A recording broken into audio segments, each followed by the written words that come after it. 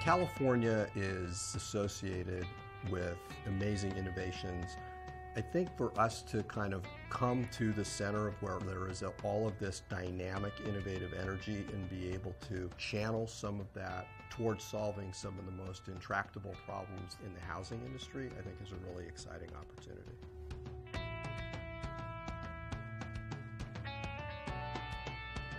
I think the Bay Area has been, the hotbed of innovation. I think it absolutely can be a huge part of the solution moving forward. When we started, people told us no one's ever going to get a mortgage on a mobile phone. And today we're seeing that that's clearly not true. One of the things that we are trying to create is an alternate credit bureau that would allow underwriters and financial institutions the ability to access information they've never had access to before. So it's highly, highly advanced technology.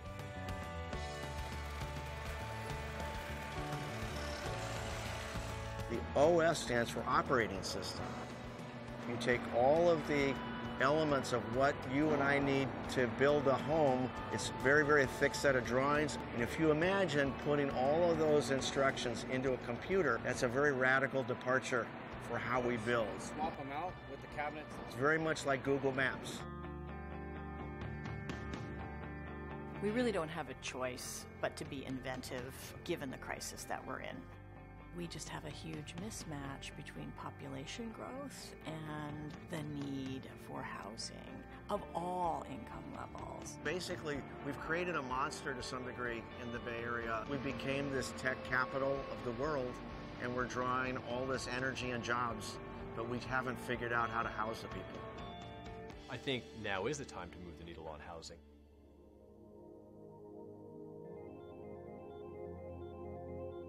Fannie Mae happens to be one of the most tech-forward companies I've actually worked with, and it's such a big company.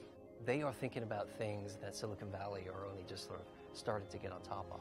They're already starting to think about blockchain and the applications. They're already starting to think about how this actually affects accessibility. Innovation will not happen entirely within the four walls of Fannie Mae. We need partners to be able to work with us to solve these problems. The lessons we're learning here in the Bay Area absolutely are applicable in Seattle and New York and Nashville and in all these other high growth communities. It is beyond urgent to find a solution.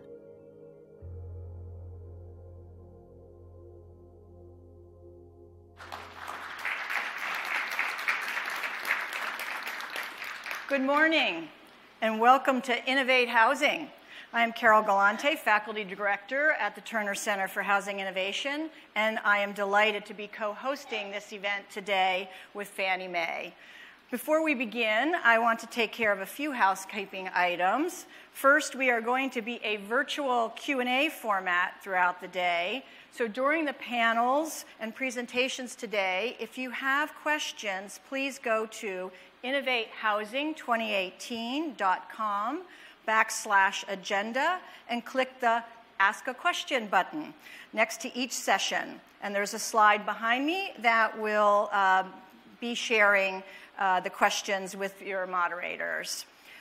We are also live streaming this event on InnovateHousing website. We invite you all to follow along, engage in social media via the hashtag InnovateHousing. The Wi-Fi today is InnovateHousing. There's a theme here.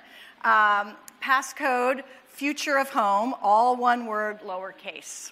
If you have questions throughout the day, there will be staff downstairs at registration who can help answer them. I think that takes care of housekeeping. For those of you who don't know us, the Terner Center is a relatively new center based at UC Berkeley. As our name suggests, we focus on leveraging rigorous research to generate innovative solutions in housing policy and practice, with a particular emphasis on bold ideas that will impact housing affordability challenges in the country's highest cost regions. It is no wonder then that when Fannie Mae approached us about co-hosting an event exploring innovations in housing, the Terner Center for Housing Innovation said yes. So before I invite Fannie Mae's president, David Benson, to the stage to join me in conversation for the first part of the day, I just want to take a brief moment to say thank you to him and to the rest of his team for the inspiration and support of this event and for being terrific partners in the co-creation of what I think is going to be a really excellent day. I think I speak on behalf of both of us and both our organizations when I say that this event is the center of our organization's missions, and we hope what you hear and learn inspires new ideas, bold action, and ultimately the broader change we need urgently to bring more housing more affordably to more families across the country. With that very high bar set, please help me in welcoming to the stage President of Fannie Mae, David Benson.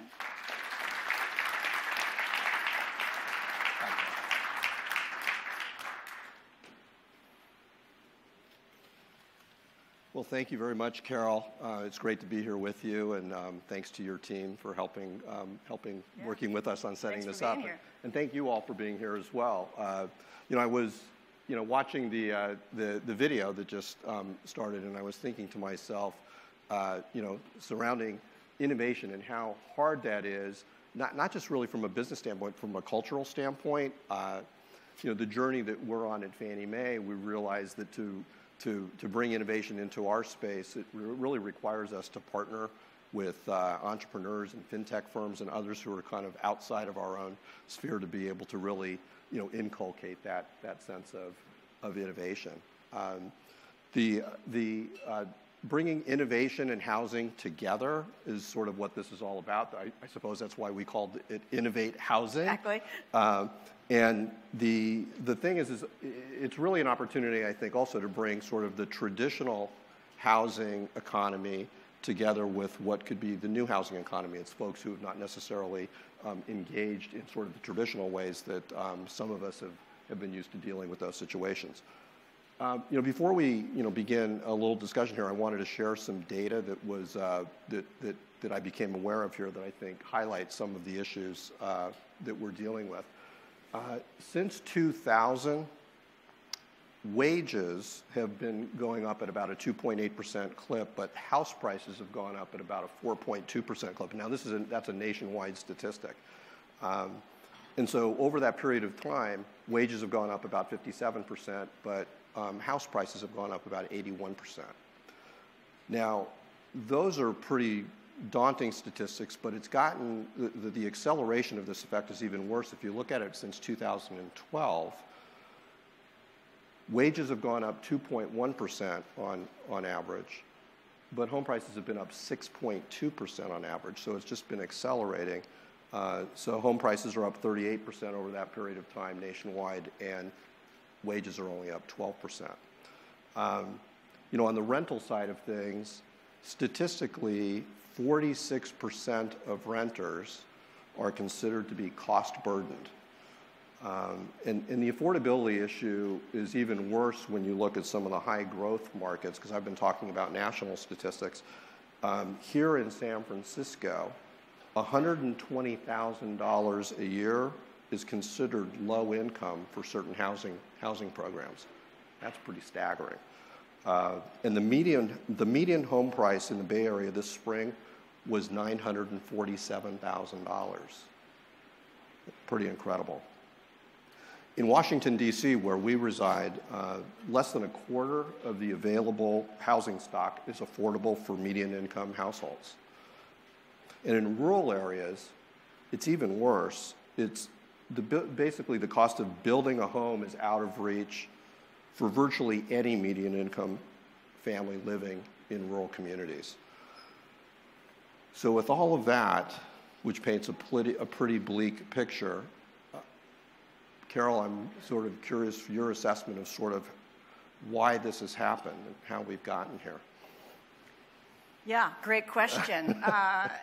Let me just say, David, that I think we've gotten here through what I would term a perfect storm.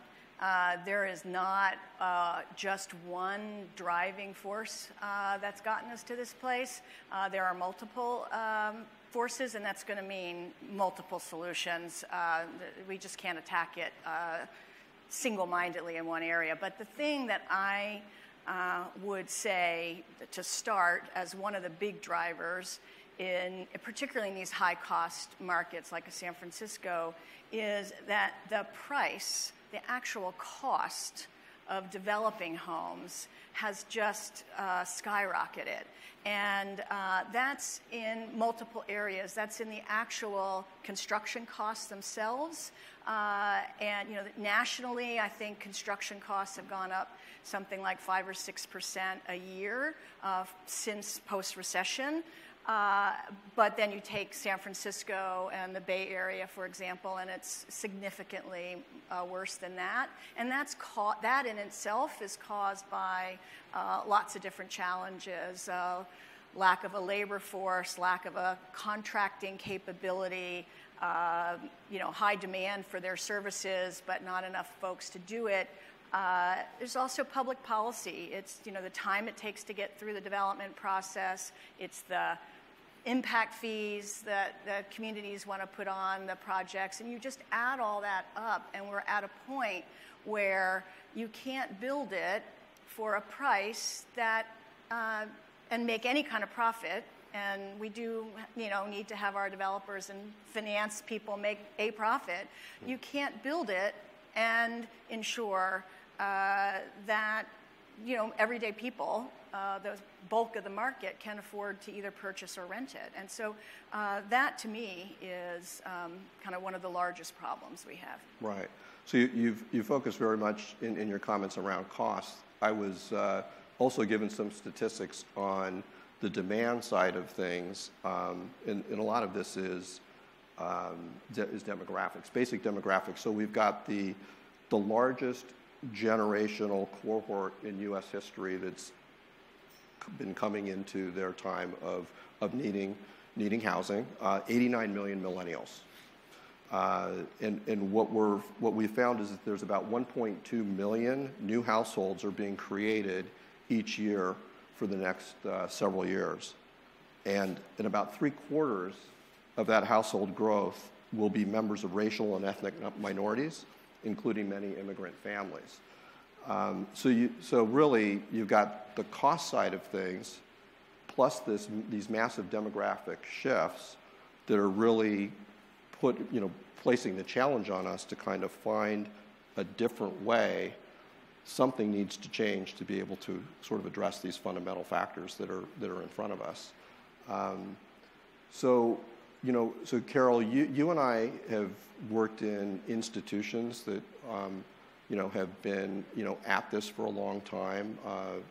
Me at Fannie Mae, and you were at HUD for several years, and I'm sort of interested in your thoughts about how institutions like a Fannie or a HUD and others who are in these kind of markets who have been there for many years, what is it that we can learn from new entrants into this space, the innovators out there, and what can they learn from us? Yeah, great. First, let me just say on your demographic stats, I think that is part of the perfect storm, right? We have, the millennials as the baby boomlet, right? So the boomers' children are now forming households. They also, there's a different lifestyle choice, and then you had the foreclosure crisis. So we have a lot more rental demand than we've ever had before. Mm-hmm. So when you think about, and yet all those folks, the surveys will tell us they eventually do want to own a home, but maybe just not right now. So I really do think that part of the challenge for the existing financial institutions, the policymakers, is that we need to understand that we have a different demographic, and we need to find ways to serve it. And I would just say that large institutions can make adjustments. I think back to, running the Federal Housing Administration, when it was created in the 1930s, it helped invent the 30-year fixed rate mortgage, right? So, government and large financial institutions, when necessity is the mother of invention, can make those shifts. And I think that such institutions really need to be able to do that. And I think, I think it's challenging, particularly in a highly regulated environment, to balance the innovation. And I say this to the new entrants, by the way, and we'll talk about this some on the panels, that, it's not quite like you can't Uber your way out of a regulatory issue and ask for forgiveness and not permission in real estate, right? Yeah. You got building codes that must be addressed. You have regulatory systems that must be addressed. So, a little word of caution to some of the innovators. No, I mean, that's certainly true. I would say that it's been interesting in working with, various innovators and entrepreneurs and so forth, the speed at which they're able to adjust and to look at a situation and to rapidly, alter the equation, to make very quick adjustments to the marketplace is really, that's been something that we've had to learn to kind of keep up with ourselves, and that's a place where I think we really gain a lot of benefit in working with them. And if I could just add one more point to that, I do think that those institutions, and whether it's large institutions like Fannie Mae or the government institutions like FHA, or if it's the development community and maybe the nonprofit housing developers, for example, I do think that the incumbent institutions really need to spend some focus on how they innovate in this new environment, because otherwise I think they can get left in the dust by some of the new entrants. No, absolutely. So be interested in your thoughts about some of the durable innovations that you may have thought of that could be scalable to be able to address some of the real intractable supply issues that we're talking about, to be able to increase the affordable housing. Or there's certain innovations that you've been thinking about? Sure. So, again, we'll have a panel on this, but I think the thing that I find most promising in the supply realm is really the industrialization of construction. And, you saw it in the video clip, and there's lots of other examples of new entrants into that space. Mm-hmm. And I think, and they have all different kinds of ideas in terms of changing materials, changing processes, design of off-site construction. And I do think, again, necessity being the mother of invention, that we will see significant adoption of that kind of production in very short order. We're seeing lots of new companies, and I just think it's an incredibly important area to focus on.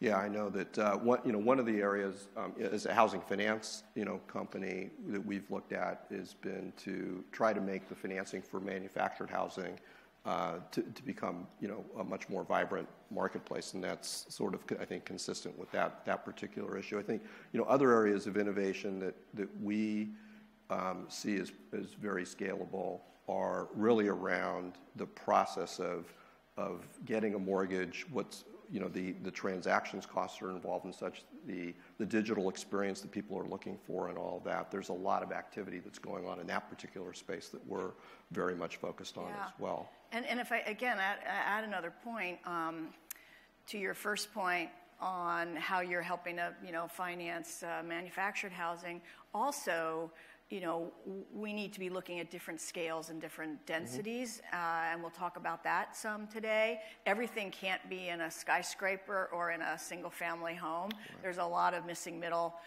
types and how one finances that, financing that accessory dwelling unit, that granny flat, or that duplex or triplex, in single-family neighborhoods is a huge challenge right now. We've made some big policy gains on that here in California through state law, really encouraging more of that type of development, but we need to make some gains on how we help those homeowners finance that. And frankly, Fannie Mae has taken some progressive positions on that, which is fantastic. Yeah, no. Well, thank you. We, there's the issue with some of these problems is that they seem so large. There's societal issues, big demographic issues. As you talked about, regulatory environments and governments involved and all the rest. But when we think about the private sector and how the private sector can play a role in being able to help these problems, knowing that the private sector there's got to be a commercial business viability around what they're doing. How do you see their role in being able to ultimately in helping to solve this problem? Obviously, have some kind of a commercial business opportunity involved there. I think it's absolutely essential. I don't think we all know we're not going to get where we need to go with purely either government regulation or certainly with government subsidy and nor government innovation, right? I mean, I'd like to think that government can be innovative, and it should be, but at the end of the day, we need a very robust private sector engagement in the financing and the development of homes, and it's just absolutely essential to the future. And as we talked about earlier, essential that those companies are also bringing their skill at innovation and integrating technology and all of that. And yes, they need to make a profit. Yeah. No, in some sense, Fannie Mae is kind of a large private-public partnership in the way that it's been structured. I mean, actually, if you go back, I guess it was over 50 years ago, Fannie Mae was a government institution, and then it was privatized and really had kind of a public-private responsibility, to it. And so we definitely understand the issues surrounding being able to put real commercial economics behind what it is we do, and we look very carefully at it in all of those things. But I think that over time that we have found that good creative minds can actually be put onto these problems and come out with solutions that actually do make sense, both in terms of solving a problem that is as large as what we're talking about here, as well as being able to come out of it ahead from a business standpoint. So, so with all of that, we've got a nice conference here ahead of us, some really interesting people. I'm, wondering what you hope we would all take away from this conference here today. What I really hope is that we can meld that innovation in the private sector that is going on, and we're going to hear some great examples, but with intentionality. Think about how these platforms, these new businesses, can really help drive housing affordability. And that, whether it's the companies that we talk to or other folks here in the audience who also have, innovative ideas and innovative companies, that we all keep in mind that there's a huge business opportunity here, but at the same time, we need folks focused on the opportunity of really creating more accessible, more affordable places for more people to live. Yeah, I join you in that. I think when I see the different types of folks that we've brought together here today, I can only think of the real creative and different ideas that can come out of this. It's the collisions of these various types of folks who are coming from, whether they're from government, from the private sector, technologists, entrepreneurs, bankers, developers. I mean, you think of the entire ecosystem of people who I think are represented here today. I would hope that that all of you here would take the opportunity in both listening and interacting with the folks who are on the panels, but also in the time that you have in breaks and so forth, is get together, share ideas, and it would be wonderful if just even a few ideas came from this group here in the context of this event here. That would be a wonderful start. But it's really here is really an invitation towards a conversation that needs to happen among smart people who are looking to make a difference and to help solve a really important problem that we have that isn't going to go away and is only going to get solved by people like us who are in this room focusing on it. So, so I really want to thank all of you for attending. I think we have a great program for you. Carol, I want to thank you for your partnership in this, and looking forward to a great day. And thanks so much. Yeah, yours as well, David. Thanks. Thank you.